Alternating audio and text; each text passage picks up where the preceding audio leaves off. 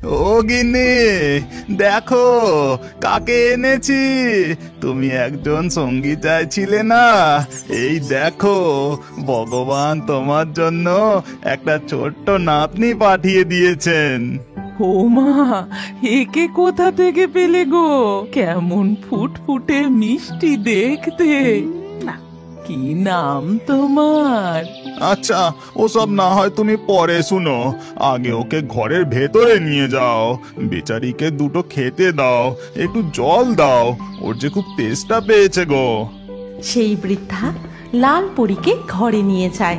তারপর একটা থালায় করে একটু ভাত, নুন আর কাঁচা লঙ্কা খেতে দেয়। ঘরে এইটুকুই ছিল মা।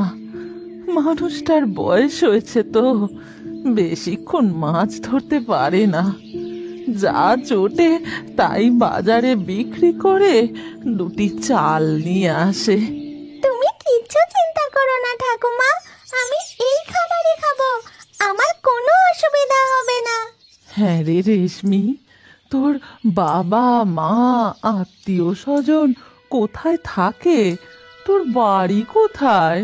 সে কথা আমায় জিজ্ঞাসা করো না ঠাকুমা, এক ভয়ানক বিপদে পড়ে আমি সব হারিয়েছি, সব হারিয়েছি।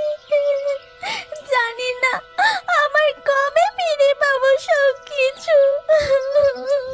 এরপর থেকে রেশমি সেই বৃদ্ধ মাঝির বাড়িতেই থাকতে শুরু করে। দিন কাটতে থাকে। একদিন রেশমি, অনেকদিন পর চালে একটা লাউ হয়েছে, তুই একটু পেরে দিবি মা? তাহলে তোর দাদুকে একটু তরকারি করে দিতুম। আমি এক্ষুনি পেরে দিচ্ছি ঠাকুমা। এরপর ধীরে ধীরে রাত নেমে আসে, আর পরের দিন সকাল হতেই ওগো শুনছো? কি চমৎকার হয়েছে, একবার দেখে যাও, দেখে যাও।